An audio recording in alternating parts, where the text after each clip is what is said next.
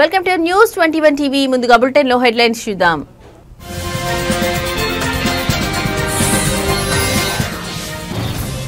వివేక హత్య కేసులో కీలక పరిణామం, తదుపరి దర్యాప్తుకు మేం రెడీ అన్న సిబిఐ.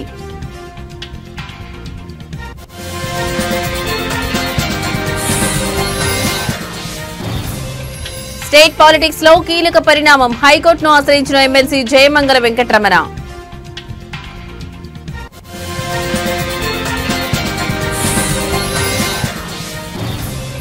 నదిలో కొట్టుకుపోయిన ట్రాక్టర్, 10 మంది గల్లంతు.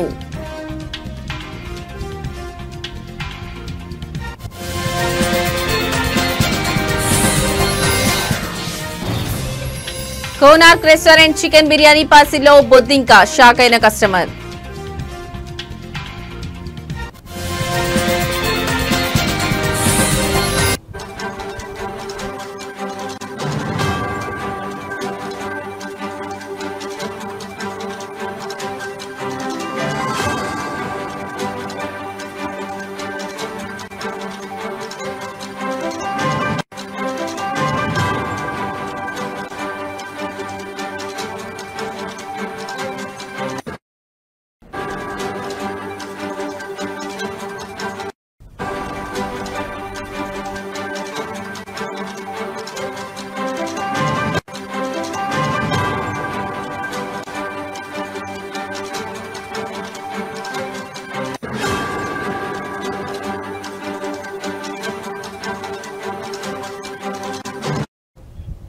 రైట్, ఇక బ్రేకింగ్ న్యూస్ చూస్తున్నా. మాజీ మంత్రి వైఎస్ వివేకానందరెడ్డి హత్య కేసు దర్యాప్తులో కీలక పరిణామం చోటు చేసుకుంది.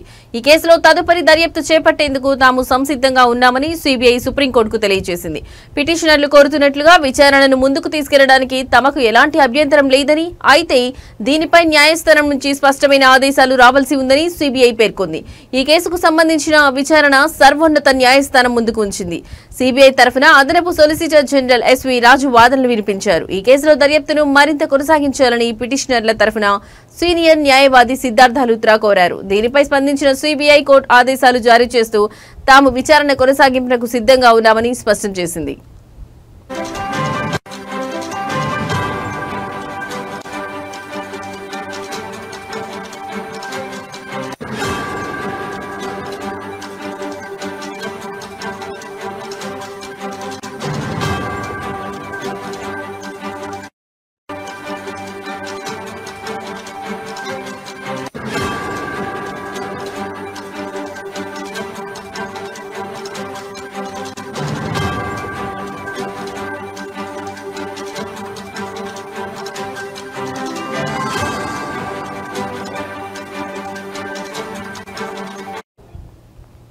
రెండు 2019లో జరిగిన వివేకానందరెడ్డి హత్యోదంతం అప్పట్లో తెలుగు రాష్ట్రాల్లో తీవ్ర సంచలనం సృష్టించిన విషయం తెలిసిందే. ఈ కేసు దర్యాప్తులో జాప్యం జరుగుతోందని, పూర్తి స్థాయిలో న్యాయం జరగలేదని పిటిషనర్లు ఆరోపిస్తున్నారు. ఈ నేపథ్యంలోనే వారు సుప్రీంకోర్టును ఆశ్రయించారు. సిబిఐ తన సన్నద్ధతను స్పష్టం చేయడంతో ఇప్పుడు అందరి దృష్టి సుప్రీంకోర్టు తీర్పుపైనే నిలిచింది. దర్యాప్తు కొనసాగింపునకు న్యాయస్థానం గ్రీన్ సిగ్నల్ ఇస్తుందా లేదా అనే విషయంపై సర్వత్రా ఉత్కంఠ నెలకొంది. ఈ కేసులో కోర్టు వెలువరించబోయే తీర్పు ఆంధ్రప్రదేశ్ రాజకీయాల్లో మరోసారి చర్చనీయాంశంగా మారే అవకాశం ఉంది.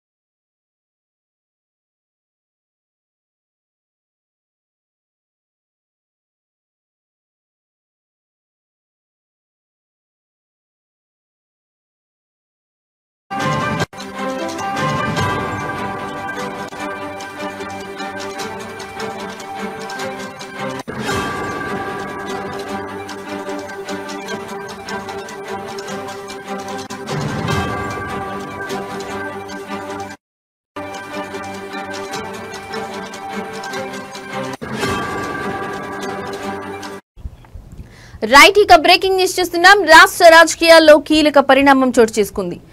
తన రాజీనామాను మండలి చైర్మన్ కొయ్యే మోషన్ రాజు ఆమోదించడం లేదని తాజాగా ఎమ్మెల్సీ జయమంగళ వెంకటరమణ రాష్ట్ర అత్యున్నత న్యాయస్థానం హైకోర్టులో పిటిషన్ దాఖలు చేశారు. ఈ మేరకు ఇవాళ ఆ పిటిషన్పై విచారణ చేపట్టిన ధర్మాసనం కౌంటర్ దాఖలు చేయాలని మండలి చైర్మన్ తరఫు న్యాయవాదిని ఆదేశించింది. ఈ క్రమంలోనే చైర్మన్ తరఫు లాయర్ మాట్లాడుతూ తమకు కౌంటర్ దాఖలు చేయడానికి మరికొంత సమయం కావాలని అభ్యర్థించారు.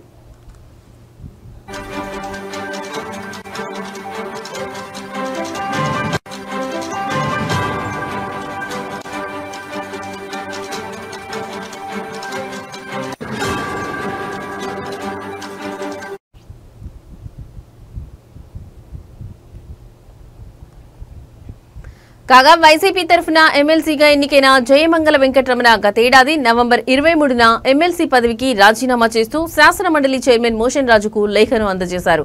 కానీ 9 నెలలు గడుస్తున్నా దానిని ఆమోదించడం కానీ తిరస్కరించడం కానీ చేయడం లేదని జయమంగళ ఆ పిటిషన్లో పేర్కొన్నారు. ఏపీ శాసనసభ కార్యకలాపాల నిర్వహణ విధానంలోని నిబంధన 186 ఆర్టికల్ 190B ప్రకారం రాజీనామా సమర్పించాక దానిని ఆమోదించాలి లేక తిరస్కరించడం కానీ చేయాల్సిన రాజ్యాంగబద్ధమైన పదవిలో ఉన్న చైర్మన్ పై ఉందని పిటిషన్లో జయమంగళ వెంకటరమణ పేర్కొన్నారు.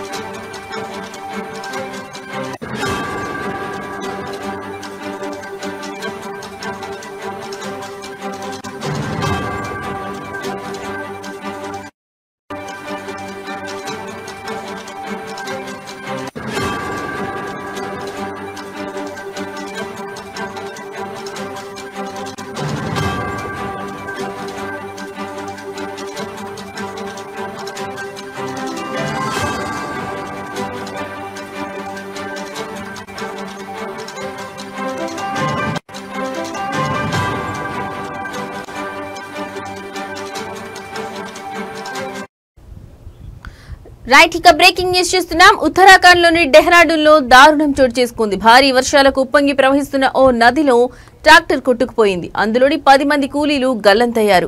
ఈ ఘటనకు సంబంధించిన షాకింగ్ వీడియో ప్రస్తుతం సోషల్ మీడియాలో వైరల్ గా మారింది. గ్రామస్తులు తెలిపిన వివరాల ప్రకారం 10 మంది కూలీలు ఓ ట్రాక్టర్ లో నది దాటుతున్నారు. నది మధ్యలోకి వచ్చాక ట్రాక్టర్ మొరాయించింది.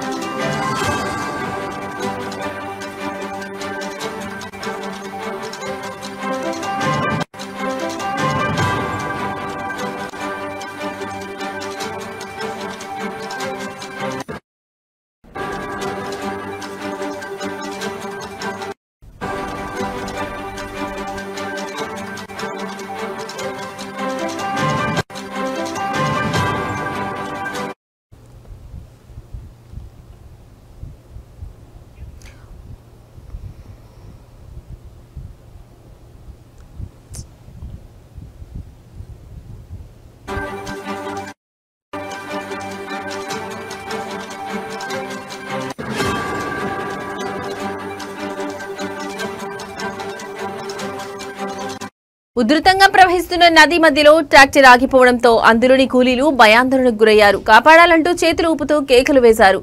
ఇంతలోని నీటి ప్రవాహ ఉధృతికి ట్రాక్టర్ బోల్తా పడ్డం, కూలీలంతా నీళ్లలో పడిపోవడం వీడియోలో కనిపించింది.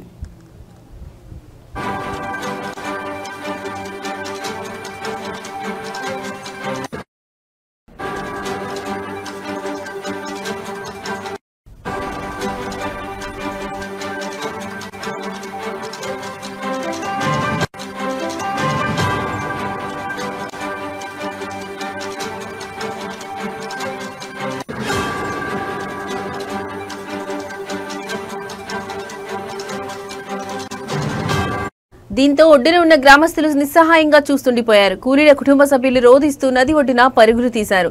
తమ వారిని కాపాడుకునేందుకు ఆరాటపడ్డారు. అయితే నదిలో నీటి ప్రవాహం ఉధృతమవడంతో క్షణాల వ్యవధిలోనే వారు గల్లంతు కావడంతో ఏమీ చేయలేకపోయారు. నదిలో గల్లంతైన 10 మంది కూలీలు చనిపోయి ఉంటారని గ్రామస్తులు భావిస్తున్నారు.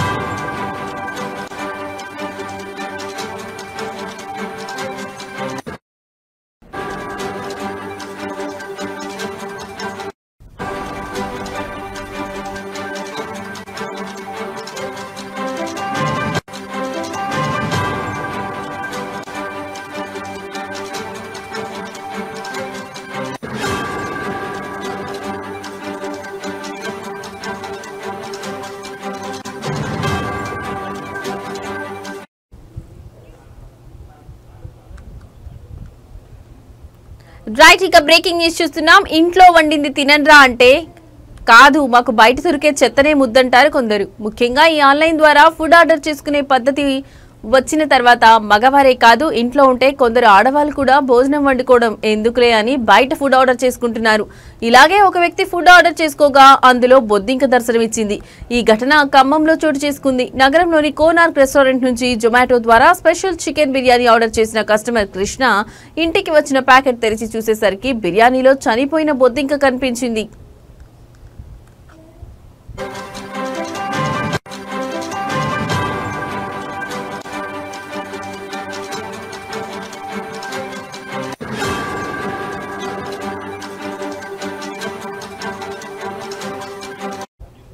కృష్ణ తెలిపిన వివరాల ప్రకారం రాత్రి భోజనానికి జొమాటో యాప్ ఉపయోగించి కోనార్క్ రెస్టారెంట్ లో స్పెషల్ చికెన్ బిర్యానీ ఆర్డర్ చేశాడు. 20 నిమిషాల్లో డెలివరీ బాయ్ పార్సల్ అందజేశాడు. ఇక కుమ్మేద్దామని ఆనందంగా తెరిచిన కృష్ణకు బిర్యానీలో చనిపోయిన బొద్దింక కనిపించింది. షాక్ అయిన అతడు వెంటనే రెస్టారెంట్ యాజమాన్యాన్ని కాల్ చేసి ప్రశ్నించాడు. అయితే వారు నిర్లక్ష్యంగా సమాధానం ఇచ్చి రీఫండ్ ఇస్తామని చెప్పారని కృష్ణ ఆరోపించాడు. ఈ సమాధానం అతనికి సంతృప్తి కలగనివ్వలేదు. ఈ ఘటన ఆహార నాణ్యత, హైజీన్ పై ప్రశ్నలు లేవనెత్తింది.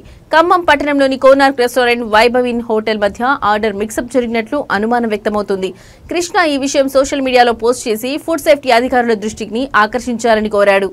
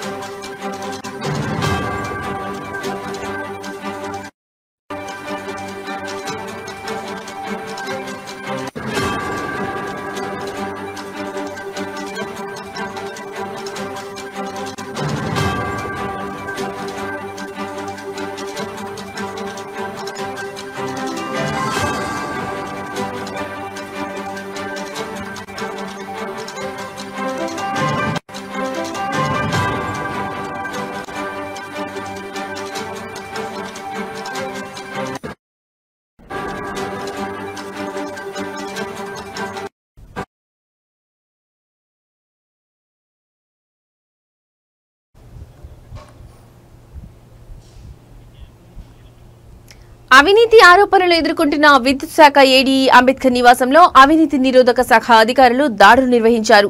ఈ దాడుల్లో ఆయన ఇంటి నుంచి సుమారు 2 కోట్ల నగదును ఏసీబీ అధికారులు స్వాధీనం చేసుకున్నారు. ఈ సోదాల కోసం ఏసీబీ దాదాపు 15 బృందాలను ఏర్పాటు చేసింది. ఈ బృందాలు హైదరాబాద్ తో పాటు పలు ఇతర ప్రాంతాల్లో కూడా సోదాలు నిర్వహిస్తున్నాయి. ఏసీబీ అధికారులు అంచనా ప్రకారం ఈ దాడుల్లో ఇంకా కోట్ల రూపాయల విలువైన అసామాన్య ఆస్తులు బయటపడే అవకాశం ఉందని అనుమానం వ్యక్తం చేశారు. ఈ దాడుల ద్వారా అవినీతికి పాల్పడిన అధికారులు చట్టపరంగా శిక్షార్హులని స్పష్టమవుతుంది.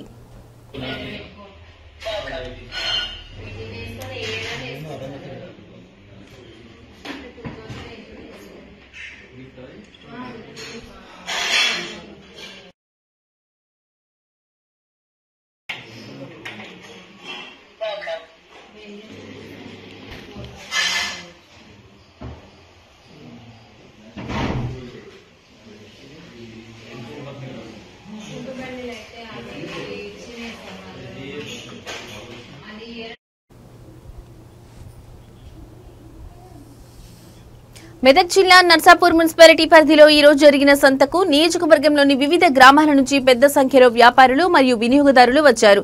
అయితే వారు వ్యాపారం ప్రారంభించే సమయంలో హఠాత్తుగా వర్షం దంచికొట్టడంతో వ్యాపారస్తులు ఆందోళన వ్యక్తం చేశారు. వాన కారణంగా తమ సరుకులు తడిచిపోతాయని, వ్యాపారం జరగదని వ్యాపారులు ఆవేదన వ్యక్తం చేశారు. సంతకు వచ్చిన వినియోగదారులు కూడా వర్షం వల్ల ఇబ్బందులు పడ్డారు. ఈ అకాల వర్షం కారణంగా వ్యాపారులకు ఆర్థికంగా నష్టం వాటిల్లింది. సంతలో వ్యాపారం కోసం వచ్చిన పేద వ్యాపారులకు ఈ వర్షం తీవ్ర నిరాశను కలిగించింది.